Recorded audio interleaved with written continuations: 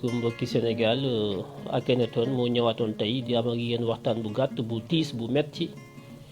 guddi na xam naa ñu bari ñu ngi tëdd mais il fallait ma def ko partager leen ko rapidement parce que Fatimata Ndiaye Fouta Tampi moom la Macky Sall jox ay ordre pour ñu liquider ko rey ko.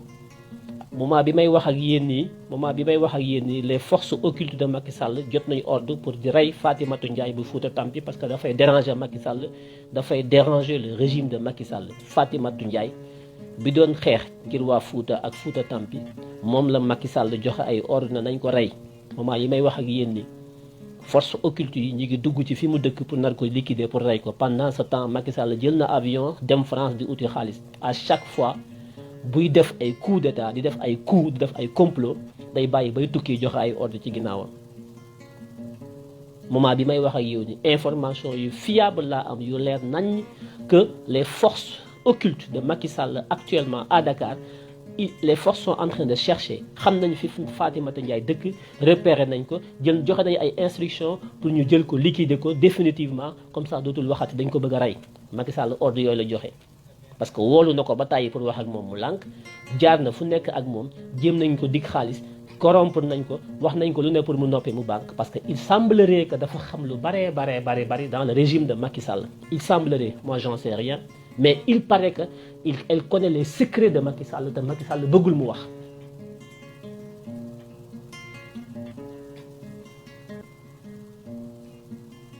moment yi may wax ak yow nii peut-être elle n'est plus en vie. Parce que dañ ko nar a rey te duñu bàyyi benn trace. Macky Sall est à Paris depuis aujourd'hui. Ils se sont réunis hier.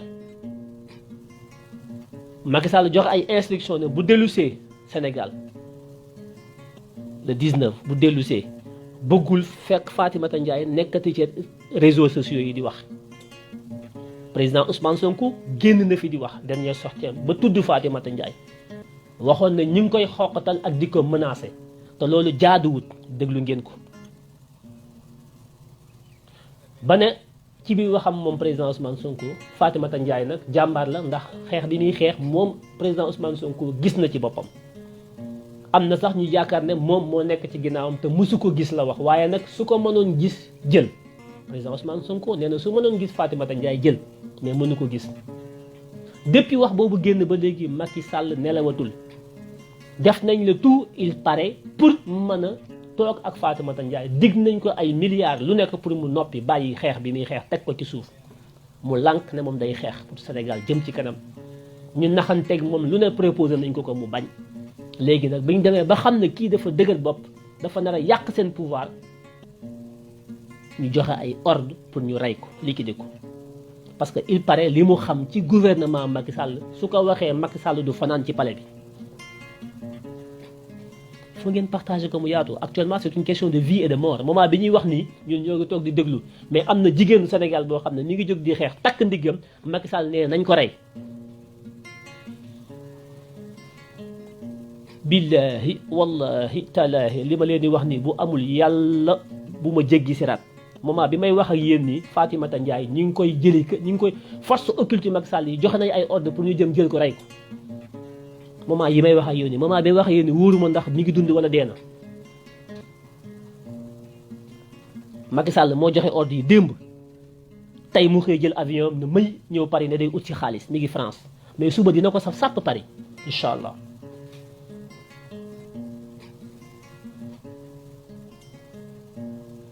Un instant ne quittez pas maintenant live bi dagg. ngeen baal ma ngeen jéggal ma parce que voilà y a les coups de fil on m'appelle voilà ce sont mes réseaux les gens qui voilà ñi may informer à temps réel voilà à temps réel moment bi may wax ak yéen actuellement elle est en train de courir elle est en train de se cacher elle est en train de faire les rues de Dakar de dugg fii génn fee pour làqatu elle est en train de se cacher moment bi may wax ak yéen mi ngi daw ñun ñu ngi toog suñu kër yi ñun ñëpp man maa ngi live yéen yéen a ngi déglu. jigéen la moom mi ngi takk sërëm li ñuy xeex mu di ko xeex ñu bëgg ko rey mi ngi daw mi ngi jooy mi ngi dugg fee mi ngi dugg fële Macky Sall mi ngi tëdd Paris nee na nañ ko rey bu ma ko fekkat. C'est grave. Dans quel pays nous sommes? Pendant ce temps Macky est à Paris mais demain toute la France va savoir qui est Macky Sall mais yéen tamit Sénégal diaspora bi yéen ñëpp il faut ngeen jóg pour taxaw c'est pas possible c'est pas possible. Fatimata Ndiaye Fouta Tampi la dame de Fouta Tampi xam ngeen ko moom la Macky Sall joxe ay ordre nañ ko jël liquider ko parce que il n'est pas question muy wax lan la war a wax dafa am lu mu xam lu bari ci état bi ni muy doxee am lu mu xam lu bari ci Macky Sall am lu mu xam lu bari ci ay complot am lu mu xam lu bari loo xam ne daan ci ñëw moom bu demee ba mucc ba taxaw ba toog parce que là mi ngi daw pour mucc parce que dañ ko bëgg a rey bëgguñu mu wax mais bu demee ba toog dina wax parce que ñun dañu foogoon ne li muy wax yëpp affaire yu Fouta Tampi la Fouta ndeke y a autre chose ndeke y a autre chose ndeke moom dafa nekkoon ci seen biir nekk au cœur du pouvoir am lu mu seq ak Macky Sall lu bare am lu mu seq ak les gens du pouvoir lu bare ñu xam ko loo xam ne tey bu ko Sénégalais yi xamoon Macky Sall day wàcc ci saasi moo tax ñu ne nañ ko rey comme ça kenn du xam parce que am yàgg nañu rey ay nit il paraît am na ñu dee ci dëkk bi Sénégal ñu naan dañu dee fekk ñoom ñoo leen rey le régime dañuy reyaat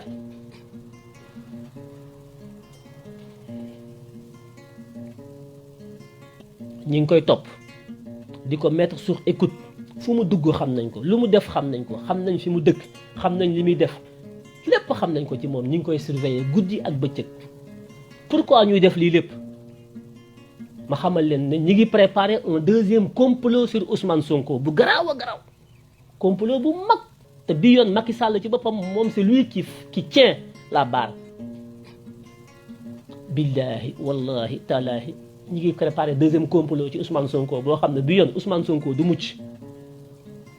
su jógul teelul jóg Ousmane Sonko préparé wul du mucc ci deuxième complot bi parce que bu Adji Sarr bi du Macky Sall moo nekkoon ci ginnaaw au départ dañu dem ba ci biir mu dugal ci loxoom recevoir Adji Sarr fekk affaire bi ni ñu ko toggee moo baaxul au départ moom dafa ñëw dabee après mais bii nag moom deuxième coup bi Macky Sall ci boppam moo koy orchestré c'est lui qui manœuvre am naa ci ay éléments yu leer ak yu bari yoo xam ne duma ko wax fii mais dinaa ko wax à qui de droit mais ngeen xam Macky Sall va faire un autre complot beaucoup plus dangereux sur Ousmane Sonko lii man maa leen ko wax.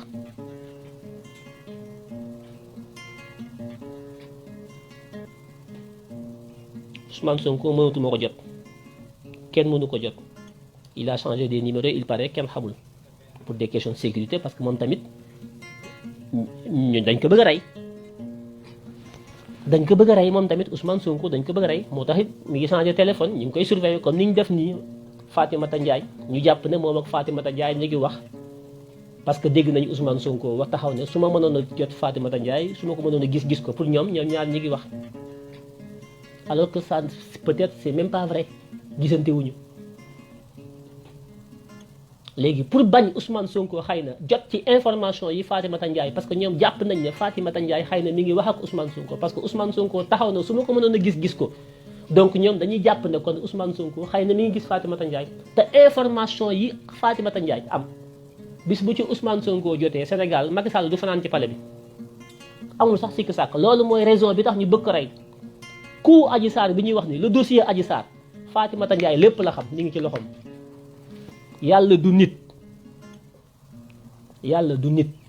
te ñoom bëgguñu affaire boobu exploser dossier Adji Sarr Ousmane Sonko bi tappale yooyu nga xam ne ñoom kii Fatimata Ndiaye daf ko xam ci loxoom mu leer nañ Macky Sall yaa ngi Paris tey di nga ñibbi Sénégal gannaaw suba am nga réunion booy préparer ci sa kër Mermoz yow Macky Sall am na benn féticheur buy jógee Afrique du Sud di ñëw c'est un féticheur moo leen di jël yéen ñi war a monter coup bi deuxième coup bi ngeen prêter serment ba nga xam ne képp ku faillir génn information ci deal bi ngeen nar a teg contre Ousmane Sonko da ngay dee parce que féticheur bi moo koy garantir te féticheur boobu yow Macky Sall xam nga kon parce que yàgg na ñëw Sénégal c'est un féticheur anglophone déggul sax français il arrive demain à Dakar à l'aéroport de Ndiass li ba leen di wax ku ko wet dem leen aéroport de Ndiass da ngeen fa gis avion bu wàcc jógee Afrique Sud da ngeen fa gis ab féticheur mais salon d'honneur lay jaar génn ñu loger ko il sera à la réunion qui aura lieu chez Macky Sall dans la nuit du mercredi à jeudi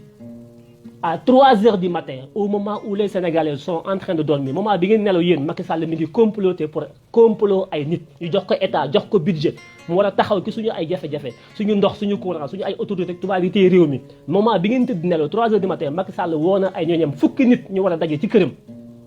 pour lan teg ndëgg sa rex pour lan Ousmane Sonko ñu liquider ko te ñi ko war a seq ànd ak Macky Sall nekk ci biir réew mi Macky Sall nee na bala maa def dara ak yéen damay indi sama féticheur bi mu teg ay mbir xërëm yoo xam ne ku nekk teg ci sa loxo képp ku trahir pacte bi da ngay dee réunion boobu lañ am le 20 dinaa citer ay nit yoo xam ne ñoom ñoo war a dem ci réunion boobu. Le Sénégal est en danger Serigne Mountakha Mbacké Sénégal est en danger yow mi doon wax ne ku rey nit safara nga jëm Serigne Mountakha Mbacké maa ngi lay woo dama bëgg sama wax ji ngeen partagé ko ba mu àgg ci Serigne Mountakha Mbacké àgg ci Serigne ñi ngeen di wax Sénégal yëpp les forces vives de la nation les complots que Macky Sall prépare ba mu ne je vous ai compris dinaa créer ay emplois la jeunesse damay kii jëf yooyu yëpp ay tappale la il cherche à se venger li mu bëgg mooy fayu ci Ousmane Sonko te bii yoon Ousmane Sonko du mucc man maa leen ko wax parce que xam naa pexe yi ne la taxawal te man mënuma jot ci Ousmane Sonko pour toll nii pour wax ak moom je suis immensément renseigné man mais mënuma jot ci Ousmane Sonko moo tax ma jàpp ne bi yoon seen dëgg sa def day jàll par force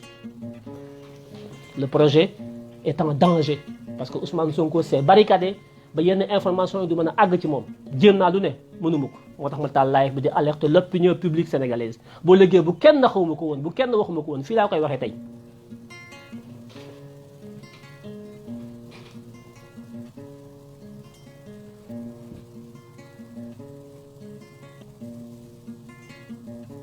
nous avons affaire à des vailloux, à des gangsters.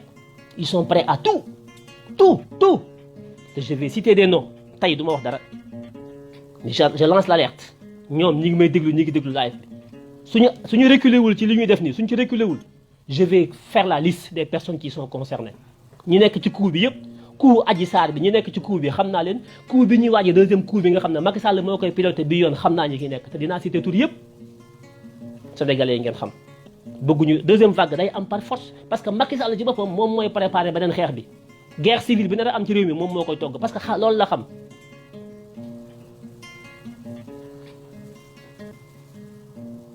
convoqué na ay lieutenant pour le 20 la nuit du 20 à 3h du matin à Mermoz su ngeen ko weddee heure booba ngeen dem taxaw ci buntu kër Macky Sall ngeen xool buñ déggee live bi mën nañ ko annuler. seen féticheur bi jógee Afrique du Sud xërëmkat bi. pour ñëw valider le pacte ba ñoom kenn du senn ci deal bi parce que dealu Adji Sarr bi dafa moy loolu moo leen metti léegi il faut que ñuy préparer beneen ci kaw Ousmane Sonko parce que Ousmane Sonko moo leen tee nelaw Macky Sall tànk jëlul tànkam bi teg ko ci kaw Ousmane Sonko du noppalu ci lay xëy guddi ak bëccëg liggéeyatul mais li ma leen waxoon y a des patriotes partout billahi wallahi talahi du may faral di waat mais y a des patriotes partout dans l'armée la gendarmerie la police à la présidence au niveau des rangs ñi mi xam nga moom Macky dafa dem ba wóolatul ay nitam te c'est normal ñi ànd ak moom ci seen bopp ñi muy wax a réunion samedi ñi mu war a réunion le 20 ñooñu seen biir wóoluwu leen te ñooñu daf ci am ay patriotes te ñi ngi ànd ak moom li muy def ànduñu ci mais xamuñu nuñ ko koy waxee ñooñu ñooy génn seen di wax moo tax mu dem jëli ab xërëmkat ne léegi képp ku ci wax da ngay dee parce que xërëm boobu yàgg na koo xërëmal ku mu bëgg rey da lay rey parce que day xërëm mais am na ñoo xam ne seen ay xërëmam mënu leen jàpp.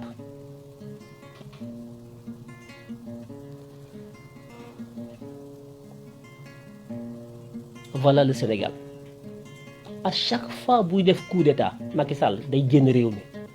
parce que fétiche yi ñoo koy xamal loolu su ma leen nee Macky Sall ba mu faloo ba léegi du tëdd ci lal est-ce que di ngeen ko gëm mësta tëdd ci lal parce que fétiche yi ñoo ne ko bul tëdd ci lal Macky Sall ci mer gàddu lay fanaan benn mer gàddu boo xam ne dañ ko xaatim Macky Sall du tëdd du nelaw guddi xam nga man heure la Macky Sall yi nelaw bu nit ñi di yeewu ci lay tëdd parce que xërëm fétiche bi ñoo ne ko bul nelaw guddi boo nelaw guddi ñàkk sa nguur moment bi ngeen di yeewu yéen 7h du matin 6h ci la Macky Sall dem tëddi te du tëdd ci lal ci ba mer gàddu lay tëdd Macky dafa tojle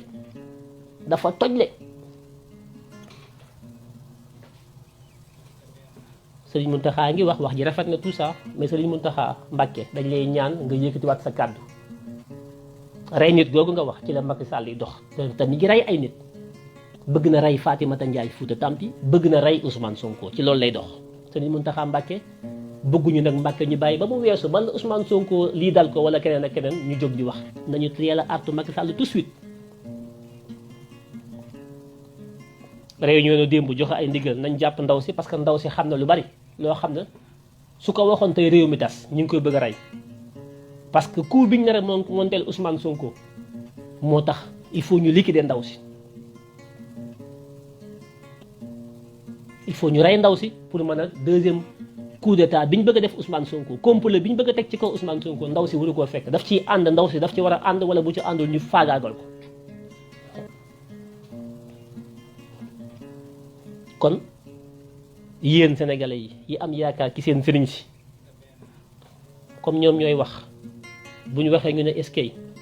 lii may wax du waxi caaxaan du lu may fortaatu c'est des informations yu fiables yu wér peng peng peng peng peng peng peng peng du ngeen ko gëm waaye bu demee ba am da ngeen ko gëm mais su boobaa c'est trop tard. moom nag nday mbill ji Fatimata Ndiaye mi nga xam ne moom tey moom lañ bëgg a faagaagal moom lañ bëgg a rey ndax noppiloo ko mu lànk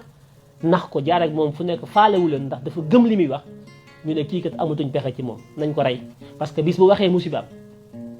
bu génnee ki tolof tolof yi moment bi may wax ak yéen nii xaw ma ndax mi ngi dund wala dee na moment yi may wax ak yéen nii yàlla rek a xam mais ñu ngi ci kawam moo tax ma tàllaay fi pour alerter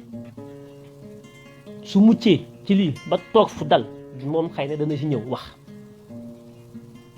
waaye ñu ngi koy rëbb maytuñ ko jàmm pour bëgg ko rey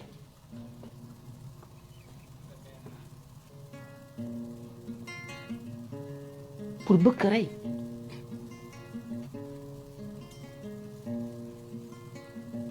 léegi nag yéen sénégalais yi déglu mbir mi ci seen loxo la nekk ñun sénégalais yi ñooy xool lan lañ war a taxaw lan lañ war a def est-ce que réew mi dañ koy bàyyi mu dox ci ay loxo yoo xam ne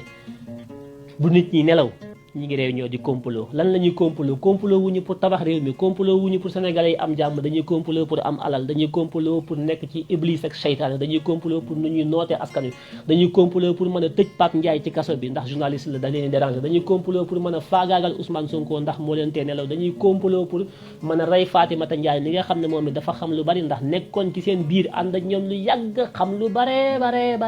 loo xam ne bu ko waxee tey ñëpp génn ci Macky Sall loolu la ñuy bañ mu àddu moo tax ñu bëgg ko rey te ñi nekk ci ginnaaw loolu yëpp xam naa leen dinaa leen tudd benn par benn pour l'instant damay xool ba xam nu ñuy réagir ñoom avant may tudd tur li lépp nag xam ngeen lan mooy plan bi mooy le 3e mandat en 2024 parce que loolu moom Macky Sall réglé na ko ba pare ci conseil constitutionnel réglé na ko ba pare moo tax Youssou Ndour naan ñoom ñëpp Macky Sall bu ci kenn wax loola lépp tënk nañ ko ba mu dee ñu teg ko moment bi la ñuy xaar jamono bi muy xaar ñu génne ko te buñ ko génnee guerre civile dina am ci réew mi te ñoom du ñu dellu ginnaaw na ñëpp dee mais dañ koy forcer parce que pour ñoom mandat wu 7 ans bi bokkul ci mandat yi mandat bii muy def nii pour ñoom mooy mandat bi nga xam ne mooy soog a tàmbali ci ñaari mandat yi mi ngi soog a tàmbali mooy juróom bii mu nekk waaye bu njëkk ba juróom-ñaari at yi pour moom bokkul ci mandat yi loolu lañ jàpp ñoom tënk ko nag ñu ne bu mu senn bu ko kenn génnee Macky Sall consulté na ko conseil constitutionnel consulté na ko bu yàgg ba conseil constitutionnel ne ko mën ngaa nekk candidat 2024 conseil constitutionnel bii ngeen wax ni moo jox na Macky Sall ne ko mën ngaa nekk candidat 2024 mi ngi ñu téye na pat ba mu jot ñu koy soog a génne moo tax il faut que ñu liquider Ousmane Sonko parce que moo leen di déranger moom lañ ndaw ñi àndal nit ñi pare nañu pour sacrifier pour joxe seen bakkan ngir loolu moo tax ñuy artu Ousmane Sonko ak di ko conseiller naan ko léegi parce que 3e mandat bi lañ bëgg teg ci ko taabal moo tax képp koo xam ne da nga leen déranger dañ lay rey bala ñu àgg foofu bu kenn xaw ma woon de lii may def nii sama devoir citoyen la mënoon naa xam ne pat mais kon su boobaa yàlla daf ma koy laaj ëllëg moo tax ma artu wax li ma xam bu kenn tëdd ne xaw ma woon ngeen yeewu nekk ci seen bopp bu fekkee ay sénégalais ngeen nekk ay patriotes na ngeen préparé wu xam ne xeex léegi ak Macky Sall moo gën bàyyi ba veille 2024 lu mat ay 10 000 personnes di ci dee parce que ci guerre civile lañ jëm parce que Macky Sall billahi wallahi talaahi day teg candidat am 2024 yéen a xamul mais man xam naa yéen naan bu ko tegee bu ko defee léegi loolu xeex boobu du xeexu 2024 xeexu tous tey la tey 2e vague suba du xeexu 2024 de suba bu ñu yeewoo la ñu war a commencé xeex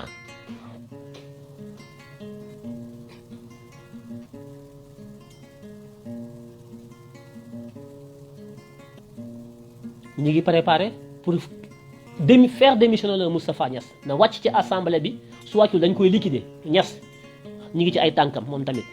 renseignement yi ma am Moustapha Niass ñu ngi ci ay tànkam na démissionné ci assemblée bi bu ko deful dañ koy rey parce que soxlaatuñu ko te lii ma leen wax nañ leen dem Abdou Mbow bu ñu teg ci wetu Moustapha Niasse ngeen foog ne lan moo tax ñu teg ko fa yéen on n'a pas un état ñun li ñu am du état li ñu yore du ñu ay homme d'état on a des gangsters on a des voyous des bandits.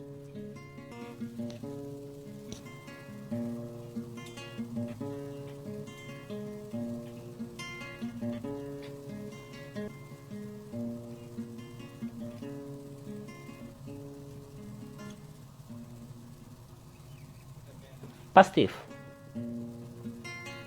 su ngeen jógaatul préparé wu xeex Ousmane Sonko soo moytuwul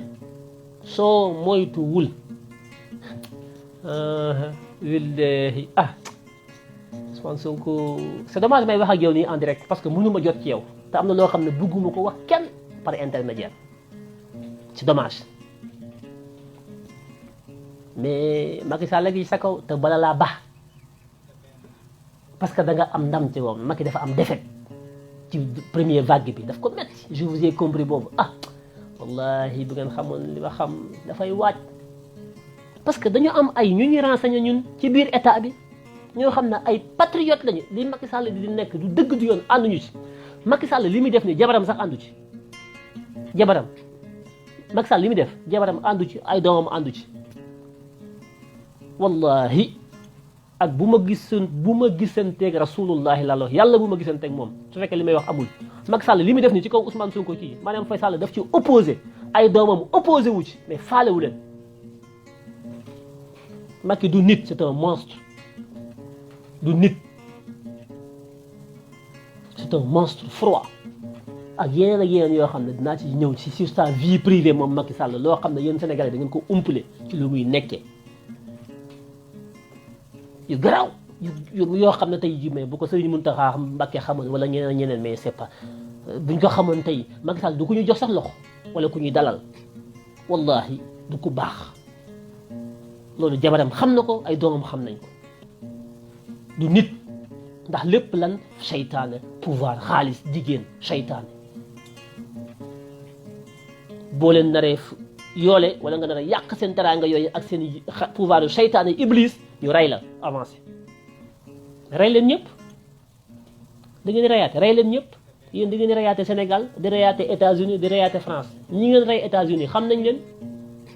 la xew États-Unis xam nañ ko Macky Sall la nga def États-Unis xam nañ ko Ousmane Tounkara bi nga bëggoon a xëcc xam nañ ko damay junj nag Macky damay wax yéen ñi ànd ak Macky dama leen di junj xool ni ngeen réagir ak ni ngeen taxawee te li ma xam du ma rek maa ko xam de am na ñeneen ñu ngeen ko xam bu ngeen ma liquidé wala am ñu génn wax ko dossiers yi dañ ko téye ci suñu loxo te bëgguñoo jaamaarloo ak yéen bëgguñoo dalanteeg yéen dañoo bëgg ngeen wàcc fi ngeen nekk wàcce seeni bopp bàyyi li ngeen nekke ci sutura bëgguñoo àgg ak yéen fenn fi ndax ñun ñëpp ay sénégalais lañu mais am na loo xam ne bu ngeen ko nammee def rek ñu àgg ak yéen foofu pour l'instant àggaguñu ak yéen foofu waaye rek daañu leen junj ba ngeen xam ne ñun xam nañ li ngeen di def seeni dossier dañ ko téye ci suñu loxo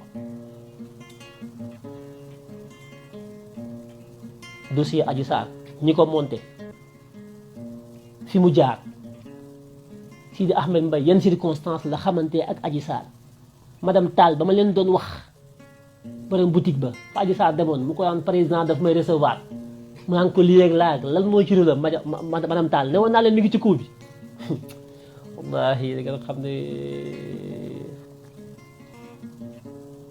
dinaa indi ay tur liste laa leen tegal moo tax dossier Adji Sarr bi ñoom xam nañ ne du sotti léegi dañu bëgg beneen dossier ci Ousmane Sonko te boobu Macky Sall moo koy piloté actuellement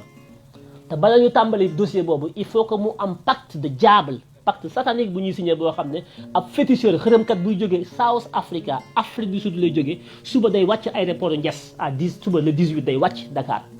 Macky Sall la ko indi mooy def ay xërëmam ay xaatimam teg ku nekk teg sa loxo ci xërëm bi ne man damay waat ne mbir mi su amee du ma ci wax du ma ci kii dara du génn ci man lépp dama koy téye secret bi du génn waat teg sa loxo xërëm bi fétiche bi nga xam ne bu ëllëgee ku sennal rek faatu parce que ñoom loolu la ñu gëmuñu yàlla gëmuñu yonent bi ci xërëm la ñuy dox Macky Sall bii yoon daf leen a imposer ñoom ñëpp ñu teg seen loxo ci fétiche bi ci xërëm bi waat nga xam ne ku trahir ku sennal rek faatu jóge fi parce que bii yoon moom moo koy téye te bëggul mu moy parce que bee dafa moy parce que bee ci njàlbeen gi moom yéegul woon yoonam nekku ci bañ demee ba ci biir dañ ko ci dugal mu toog ak Adji Sarr wax ak moom xool ko wax ko li mu koy wax ba noppi ne ko bu ma ci feeñ bis bu ma ci feeñee da nga xam ne yow dootoo ko fekk napp ko xëbal ko tëkk ko ne ko bis bu ci sama tur génnee yow yaa nga barsàq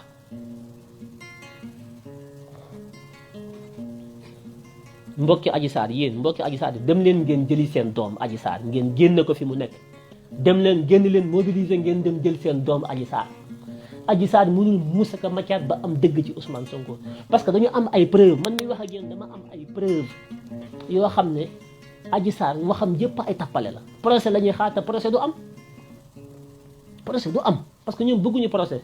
dañoo bëgg beneen coup contre Ousmane Sonko boo xam ne Macky Sall moo koy dox bi yoon mais ay procès Adji Sarr ak Ousmane Sonko loolu ñoom pare nañ ci dañ koo téyendi nii pour bëgg sonal président Ousmane Sonko du dem du dikk en attendant Macky Sall teg beneen complot ci kawam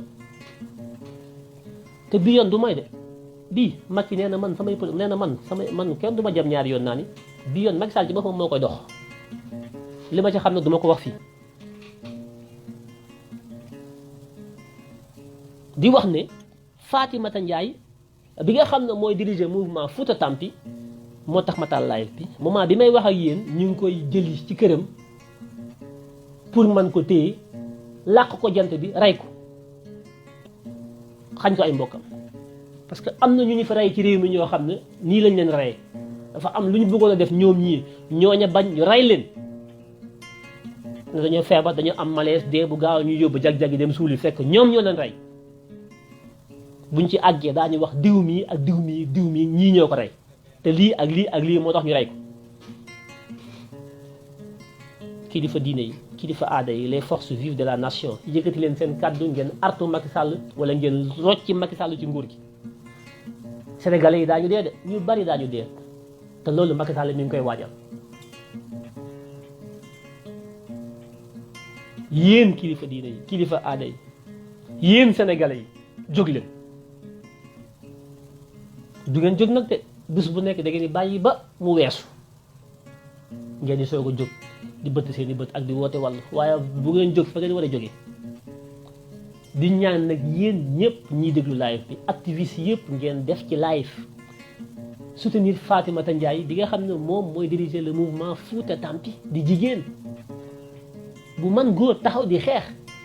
di dénoncer loo xam ne li muy dénoncer yëpp kenn mënu ko wedd ci situation bu difficile bu am Fuutankoobe yi jafe-jafe yi ngeen di dund yëpp ñu def leen ay jaam di leen nax di leen exploiter ci ay net ko bandum te ñi leen koy def yëpp ay multimilliardaires lañ amu leen ndox mu ngeen naan Fuuta amu leen dara yeewu leen yéen Fuutankoobe yi yeewu leen ñu bëgg a jël jigéen ju mel noonu taxaw rek lànk bañ ñu ne dañ koy nax ñu nax ko pour xëccaat ko ci seen biir mu taxaw lànk na man dama leen di opposé parce que li ngeen nekk du dëgg du yoon da ngeen a bëgg a jël Sénégalais yi def leen ay jaam jël alalu réew mi détourné ko jël xaalis bi yóbbu Suisse jël beneen xaalis bi yóbbu États-Unis lii nga yóbbu ko fëre fu nekk def ko placé ko ci ay paradis fiscaux def ko ci ay comptes yoo xam ne c'est des comptes cachés des comptes offshore yow Macky Sall nga foog ne xamuñu lool pendant ce temps Sénégalais yaa ngi bëgg a dee amuñu luñ lekk ñu jóg di ñaxtu nga ne ku wax ma rey la ku ci dee ñu taxaw ne ku dee safara nga jëm mais kan mooy reyaate ku rey nit safara nga jëm dëgg la mais kan mooy rey kan moo war a dem safara ci réew mi kan moo war a dem safara ci réew mi loolu mooy laaj bi kilifa nag doo bàyyi ba musiba am ngay soog a jóg kilifa balaa musiba am ngay jóg sol sa dàll dox li nga war a dox wax li nga war a dox ñi nga war a weñ seen loxo nga weñ seen loxo boo ko mënee boo ko mënul nga ànd ak askan wi ñu jóg fipp taxaw fexe ba foqati réew mi ci loxo wuyu yi bandi yi jël réew mi teg ko ci ay loxo yu set ak ñu bëgg réew mi ak ñu jub mais ñi jubuñu setuñu baaxuñu duñ nelaw guddi moment dañuy bàyyi ba ngeen nelaw ñuy complot ci seen i kaw nelaw di teg ay ndëgg sërëx yoo xam ne bu ngeen yeewoo tàbbi ci ñoo bon ñii ñoo bon kon live bi du guddi fii laa ko yemale parce que situation bi xew actuellement ci jàpp gi ñuy dem jàppi ndaw soosu di Fatimata Ndiaye pour faagaagal ko moo tax ma taal live bi waaye ndaw soosu dafa teel a fagaru la mu xam yëpp tasaare na ko am na ñu mu ko jox de confiance ñoo xam ne même bu ñu ko faagaagalee moom loolu dana génn kon jërul ngeen yàkkamti ak di ko jéem a jàpp ak di ko kidnappé jaru ko Bassirou Gueye jaru ko parce que ordre bi fi mu jógee ba accès ci yow Bassirou Gueye xam nañ ko décision bi fi mu jógee fa mu jaar gendarmerie jóge gendarmerie ñëw ci Bassirou Gueye nga joxe ay instruction ba ñu war ko dem jëli tey Macky Sall def réunion démb joxe ci ay instruction tey mu xëy jël avion ne tëri Paris ngeen dugg régler problème bi ci ginnaawam parce que loolu la fi joxe comme ndigal ne bu ma ñëwaat fekk fi ndaw si nekk fi di wax bu ma ñëwee naa fekk ngeen sàkkal ko pexe ngeen bàyyi ba tey ci guddi gi ngeen ne da ngeen koy jëli këram pour dem faagaagal ko def Macky Sall li mu bëgg yéen yàlla ngeen di liggéeyal ci askan wi wala yéen Macky Sall mooy seen yàlla Macky Sall bu leen ne reyal ngeen rey tëj leen ngeen tëj mais lii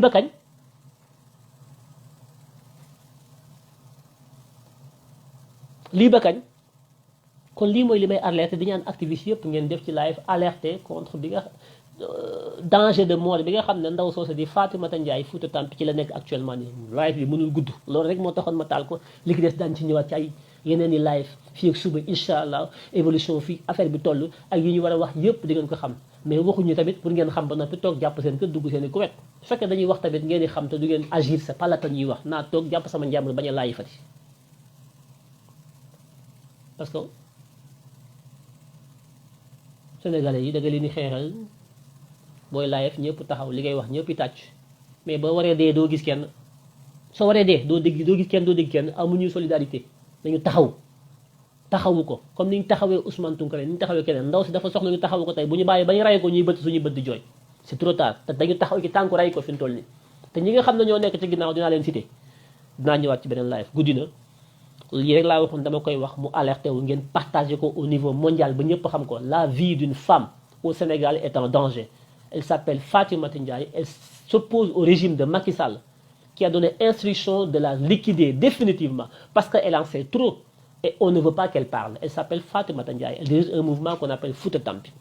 Macky Sall est à Paris en ce moment pour chercher soi-disant de l'argent. Pendant ce temps, elle a donné des instructions au Sénégal à ses forces occultes pour liquider la fille de façon définitive, de façon à ce qu'elle ne parle plus parce qu'elle en sait beaucoup par rapport au scandale du régime de Macky Sall. Demain, on fera un plaidoyer devant là où ils font leur plaidoyer pour avoir de l'argent. À Paris, on va aviser toute l'opinion internationale présente à Paris demain par rapport à ce que Macky Sall fait au Sénégal. Inadmissible, on ne laissera pas passer. maa ngi leen di bàyyi di leen wax ba suba incha allah fanaan ngeen jàmm jërëjëf.